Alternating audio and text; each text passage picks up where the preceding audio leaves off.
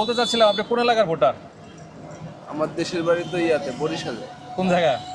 বরিশাল পয়সারহাট আগুলজারা থানা। চিনি। আগল যারা আমার পৈতৃক সম্পত্তি আছে, আমার দাদা বাড়ি ওইটাই আর কি, আমার জন্মস্থান ওখানে না, জন্মস্থান পটুয়াখালীতে। আচ্ছা, আমরা জানতে চাচ্ছিলাম যে বর্তমান যে নির্বাচন প্রক্রিয়া নিয়ে কথা হচ্ছে, পিয়ার পদ্ধতি, এই সম্পর্কে আপনি জানেন কিনা কিছু? না, এই সম্পর্কে কিছু জানি শুনছেন কখনো পিয়ার পদ্ধতি নিয়ে আলোচনা হচ্ছে? না। আচ্ছা, যাই হোক, আওয়ামী লীগের আমল দেখছেন, ডক্টর ইউনূসের আমলে আছেন, কোন আমলে ভালো আছেন? এইটা আমি কেমনে কইতাম?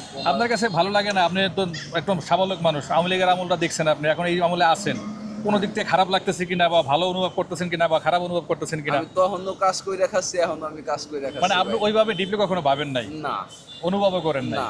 দেশের নাগরিক হিসাবে একটু চিন্তা ভাবনা করা উচিত বর্তমানে, এটাই আমরা জানতে চাচ্ছি যে মানুষ কিরকম আছে। আমার পেশা হলো আওয়ামী লীগের আমলে আমি কাজ করে আবার খাচ্ছি, এখন আমি কাজ করে আবার বুঝতে খাচ্ছি। পারছি। আচ্ছা, সামনে আওয়ামী লীগ নেই, আছে বিএনপি সহ ইসলামী দলগুলি, ভোট তো একটা দিবেন তাই না? অবশ্যই। কোন দলকে ভোট দিবেন? যার ফিল ভালো হবে তারে দেবো।